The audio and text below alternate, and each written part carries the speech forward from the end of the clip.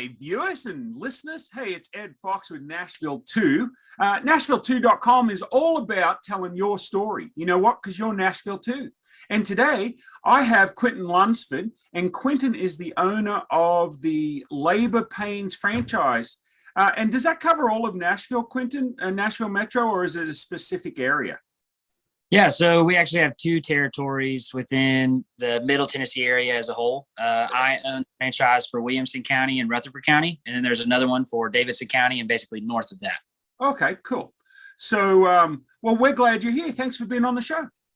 Yes, sir. Thank you so much for inviting me. I really appreciate it, and thank you for the opportunity. Yeah, you're welcome. Well, you know, I tell people I have a Southern accent because I'm from the Southern Hemisphere. I have a true Southern accent, but yours sounds pretty Southern. So where were you born and raised?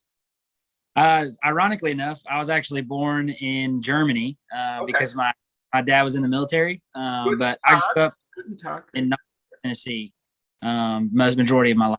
So. Sorry, I overtalked you there. You ended up in Knoxville, Tennessee? Yes, sir. Yeah, Knoxville, Tennessee.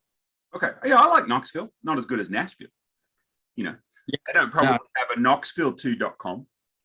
That's a very accurate statement. I've never heard of a Knoxville2. So there you go. There you go. So you're going to hear a lot about Nashville too as we talk about more people and find out about cool things to do around Nashville. So what brought you to Nashville then? So I initially came to Middle Tennessee State University to get a aerospace degree. Okay. So that was what really brought me over to the Middle Tennessee area as a whole, specifically Murfreesboro, and lived there starting in 2012. So okay, and I can see you putting that degree to use. That's right. That's right. My aerospace expertise is coming real handy whenever I'm cleaning a window. That's right. That's right. Well, you got to use that. You got to use the aerodynamics of the squeegee to get it to work right, right? That's right. That's right. Air is a fluid, just like water is a fluid. And so same concept applies to both. Ooh, look at you breaking out the knowledge. Well, that's awesome. I'm so glad to have you on the show. You know, you and I met through a networking group a couple of weeks ago, and I was excited when you accepted my invitation. So this is fun. So how long have you had the Labor Pains franchise? So we're brand new. I bought into it at its inception here in Middle Tennessee, and that was last March, so March 2021. Okay, so coming up on a year. Almost a year, yeah. Mm-hmm. And so tell me a little bit about what services you provide. Yeah, so we kind of referenced it a little bit earlier, but three main things is window cleaning, gutter cleaning, and pressure washing. So that's a really easy, kind of simple way to think about what we do. There's a lot of little offshoots from that, but that's kind of the way to think about it. So let's do that again. Window cleaning, gutter cleaning, and pressure washing. Correct. Yep. That's right. So that'd be good for, do you do business and residential, or is it just commercial? Yeah, so we do residential and commercial. Ironically enough, majority of our revenue and majority of our business actually comes from the residential side, rather than the commercial side, but we are still well equipped to do either one. Okay, so you'd like to build up that commercial side of the business. I mean, you're in your first year. You picked You picked a good year to start a business, man. Yeah. Right after the big wave of COVID, and still kind of in that 2-week lockdown, so to speak. Right. That we've been. Hopefully, we're surfing the tail end of that. So for those of you watching this in 2030, you know, that's right. He will have been in business for a lot longer now. Yeah. No, it hasn't impacted us too much because majority of our work is outside, right? And so not closely interacting with customers or anything like that a whole lot. So we actually were able to benefit from that in a lot of ways, where other companies might have to shut down in very unfortunate scenarios. We're able to still continue to thrive, still be cautious, and, all that kind of stuff, take precautions, but still able to continue the business. Well, that's cool. Yeah, because I can imagine a lot of people, like I was during COVID, you'd be looking out your window and you're going, oh, that's dirty. I need to get that cleaned, So do you guys clean just the outsides then of residential windows, or how do you do that? Yeah, so we clean the outside and the inside of the windows, kind of a normal window cleaning process. If the window has a screen, we'll take the screen out and do kind of a quick wipe down of the screen as well.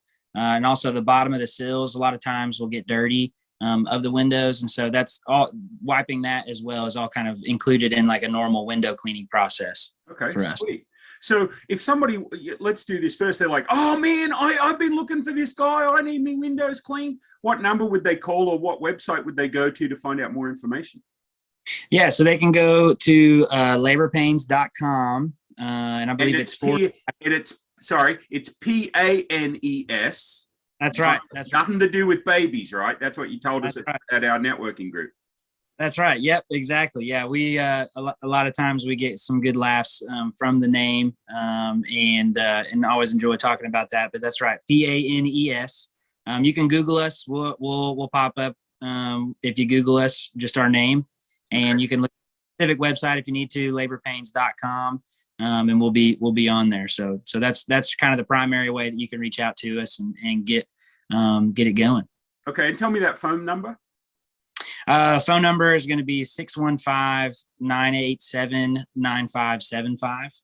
Okay, you can pause that and play that back, folks, if you need it. So we'll move on, but that's some great stuff to know. And so on your gutters, you clean them. Do you guys do any of the gutter guarding or anything like that yet?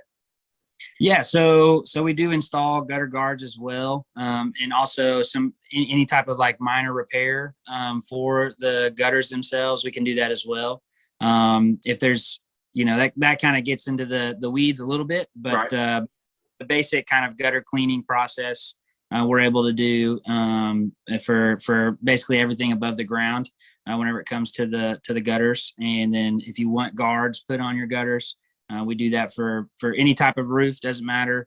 We're able to install our guards on there. It's a stainless steel mesh that we use. So Quintin, when is a good time? Because there's a lot of people that are buying their first house and they've never maybe thought about ever having to clean gutters. Imagine if they got out of college, moved to Nashville to take a good job, they buy a house, and when gutters, like when do we have to get them cleaned? Like when's a person normally supposed to get those gutters cleaned?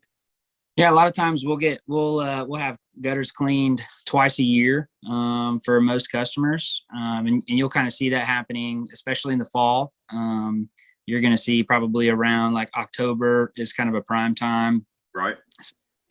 And then because that's right around that initial falling of the leaves, and then another kind of year-end cleaning in January or February, that kind of time, to get those cleaned. And what's really important, I think that a lot of people would want to know about gutter cleaning in general, if they are buying, a home for the first time or anything like that, is if your gutters are clogged, what'll end up happening is that water that travels into the gutters from your roof will then overflow backwards back onto the home, and can rot out the wood that the gutters are connected to, and then even continue to creep up the wood that's underneath the roof, and you can have water damage. It'll also drip down to the foundation of the home as well, and you can have wet basements and all kinds of different crazy stuff that will cost thousands and thousands of dollars. And so a very easy, simple, very cheap service of getting your gutters cleaned can go miles for you. A lot like getting your oil changed in your car. Very similar concept is getting your cleaned. Very similar. Cool. And that's some good advice for anybody that's never dealt with that sort of stuff before. And being from Australia, one thing I didn't think about the ice. I lived in Kansas for 30 years before I got to the best place on the planet, right here. Right. We're actually living in Franklin, Tennessee. I spent a year in Bowling Green before we could figure out where we wanted to live in Nashville, because like their apartments are like half the price up there, and you just drove. Yeah. But man, so much better to be here. We ended up picking Franklin. We found a cool place right off of Murfreesboro Road and Royal Oaks Boulevard. And man, it is awesome. But in Australia, I never thought about ice or any of that sort of build up. So if they come from a hotter area and end up, now it doesn't get much ice in Nashville, although since I've moved here, it's happened twice in 2 years. It's just crazy. But if that's another concern too. I mean, you have too many trees, which Kansas didn't have a whole hell of a lot of trees either. So, we didn't get a lot of leaf collection in the gutters, but I never ever thought about gutter maintenance as a main thing. So anyway, let's move on, but that's some good advice and we appreciate that. So you've been in the Nashville Metro for close on 10 years, coming up on 10 years. What do you like to do when you're not working? Yeah, there's a lot of different things I like to do. There's this one spot here in Murfreesboro. It's called Goat Sports. So like Goat, animal, like GOAT. Yeah, like Okay. The animal. I'm writing it down. It's actually fairly new, but it's like they have like indoor batting cages. Okay. That are not like the automated system where it like shoots the ball at you automatically. Mhm. You actually go out there as a pitcher with a net in front of you and throw the ball to one of your friends or whatever while you're out there. And they've got like a golf simulator where you can actually hit the ball, like a Top Golf or a real golf course, and it'll calculate like what the ball is doing based off of the spin and velocity and everything. So they have those kind of like little things or whatever that are a lot of fun to go to and hang out with. A lot of what I do in particular is hang out with college students. Right.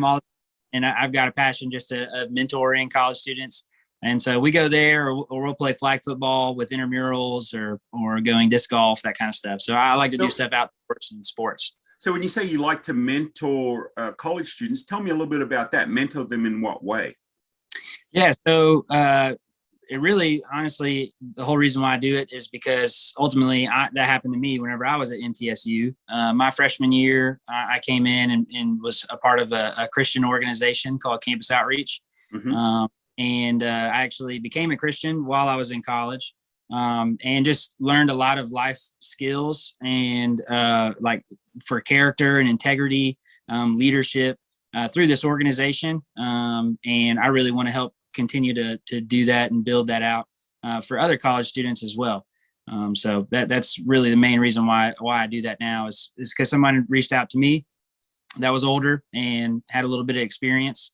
Not perfect in any way, but I want to do the same thing for other college students now and be able to reach out to them.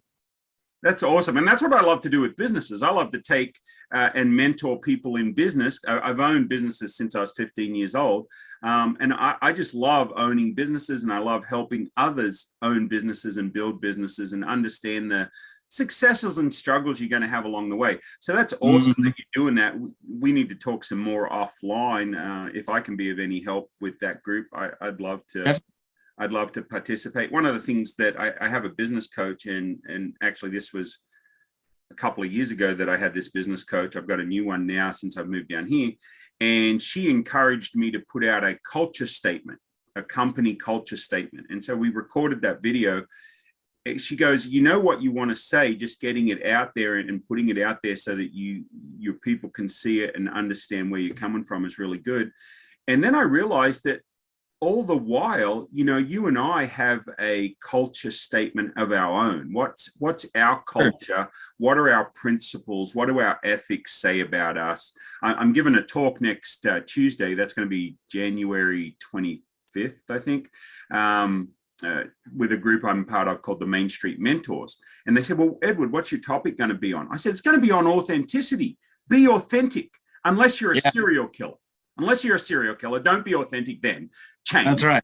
But be authentic, and how are we authentic? Because people can tell fakeness, right? We're not interested in being fake, having people be fake with us. We don't want to know their bleeding heart story necessarily and get down in the misery pits with them, but we want them to be authentic about who they are, what's important to them, and we see that a lot of times. You see when you've got a salesman that comes at you and they're desperate to sell. Who knows why? The boss has said, I'm going to fire you back because you don't sell enough, or, maybe their family's starving, they need food. But that desperation comes through and they try and hide it behind this veneer. So how do we be authentic and not fake? Be that little bit vulnerable, but be ourselves and understand, we all make mistakes, right? We're all flawed humans, right? So, and give the person the grace to move through that. So that's a thing that I would recommend to anybody watching or listening to this program is think about what your own culture says about you. What are your ethics? What are your principles? What are your beliefs? Well, we're getting deep. That's right. You want to hear my joke? You want to hear my joke today? He digs, she digs, they dig, they dug. It's not very poetic, but it sure is deep. Sorry. Anyway, yeah. Moving on. So other than goat sports, when you're not going to goat sports, you have a favorite place you like to go eat? Yeah. So they're specifically on Tuesdays for lunch. This was the staple whenever I was in college. There's a place called Slick Pig BBQ. Slick, like hard to catch, like slick, like you grease it down. Okay. Yep, pig, like the animal barbecue. Yep. And so Pig, they are right beside campus. Like you could theoretically walk there from campus and it not be a far walk at all. But we drive. And on Tuesdays they have $1 barbecue sandwiches that they do like a deal or whatever. And the real veteran trick, this is how you can tell somebody's a rookie or a vet whenever it comes to the $1 sandwich, is you ask for some additional topping or whatever to be put onto your barbecue sandwich. So a lot of times I'll go coleslaw or cheese or whatever. It's like an extra like 30 cents, 50 cents for it. But they make it fresh and make it like the normal size of like their regular sandwiches. And so the regular sandwiches are like $4, $5 for just a sandwich. The dollar sandwiches they make like the night before, they're still really good. Even if you want just that sandwich, still really good. They got great sauce and everything, but that's the trick. If you're not trying to save money, you don't care about the budget, then you just get the smoked wings that they have there any day of the week. They're the best wings I've ever had. So that's definitely the move for sure.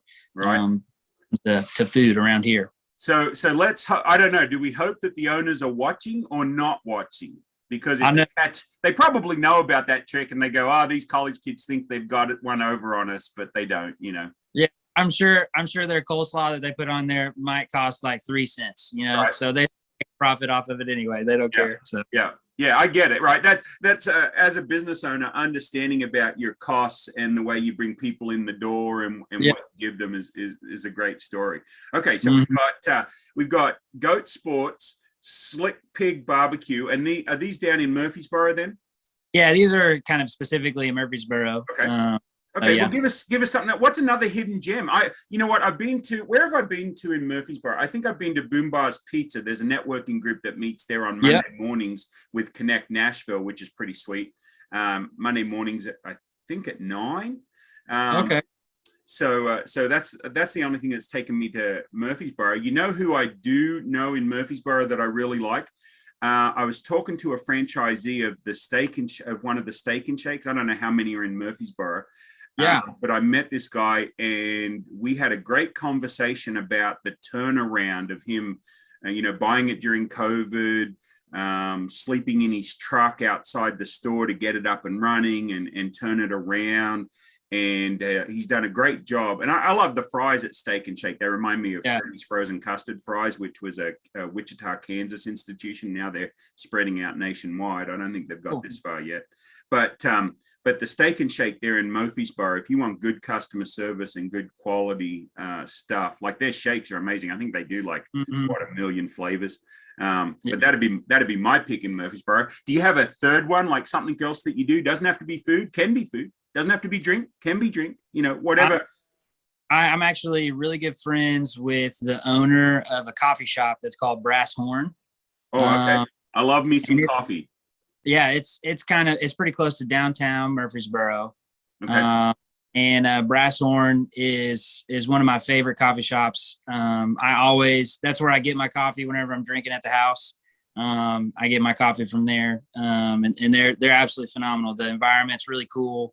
And the people that work there are really, really nice and want to do the best that they can. And the owner that I know, I'm good friends with, he's a great man and has a wife and kids, loves his family, tries to impact the community around him through his business, and do that in creative ways. So it's really cool.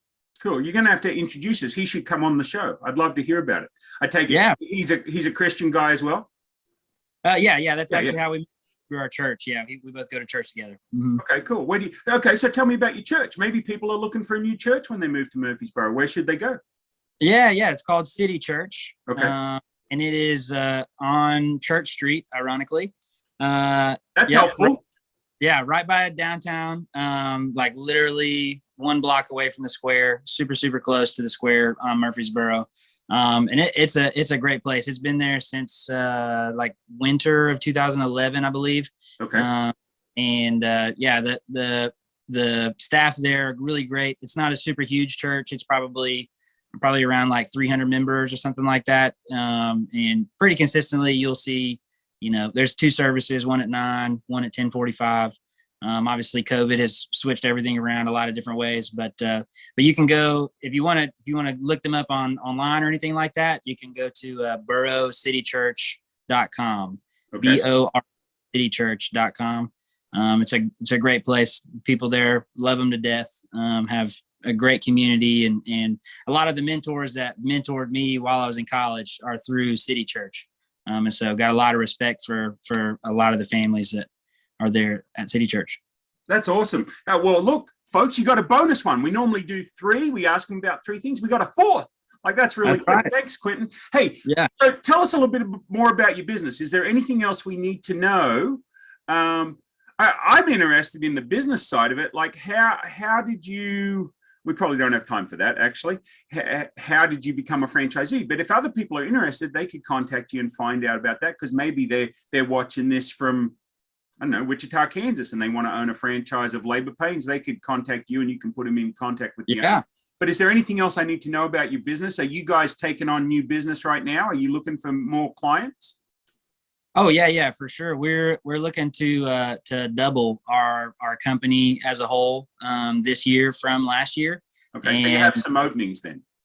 Oh yeah. That's for sure. Cool. So yeah, if anybody needs a job, you have those openings too. So you have some job openings and you have some booking openings for houses and businesses that need help with those 3 main things that you do.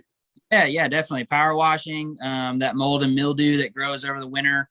It's going to be really bad, and that stuff, if you leave it on your home for a long time, it'll actually eventually start eating through the paint on your home or on your gutters, or if you have vinyl, it'll create oxidation on your vinyl and that kind of stuff. So you want that mold and mildew to be taken off your homes.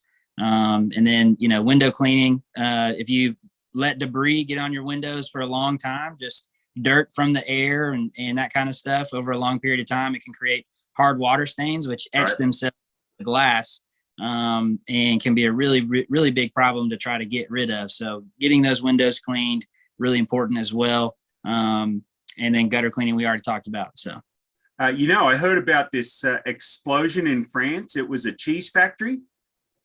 Cheese factory exploded in France. All that was left was debris. Nice. Man, you're a tough audience. You're a tough audience. How do I get you to crack up? I appreciate it. I don't know. I was thinking you're somewhere along the lines of like constipation with exploding. So that's what I thought. There you go. Yeah. No, see that mine are clean dad jokes. Like, we can tell these in church. They're so good. That's right. Yeah, exactly. My son bought me a belt for Christmas that was made of watches. I said, I looked at him, I unwrapped it, and he said, "What do you think?" I said, "I think it's a waste of time." He's like, that one's funny, Dad. That one's funny. That was good. So, hey, Quintin, great having you on the show. If you will shoot me your email with your contact details, we'll put it in the show notes. List those 4 things that we talked about. The Brasshorn Coffee Shop, the Goat Sports, the Slick Pig BBQ, and their Tuesday special, and how to order like a veteran, not a newbie, and then about your church. That would be great, mate. Yeah, awesome. Definitely. Hey, thanks for being on the show. Thank you so much for having me. I really appreciate the honor. Yeah, you're welcome.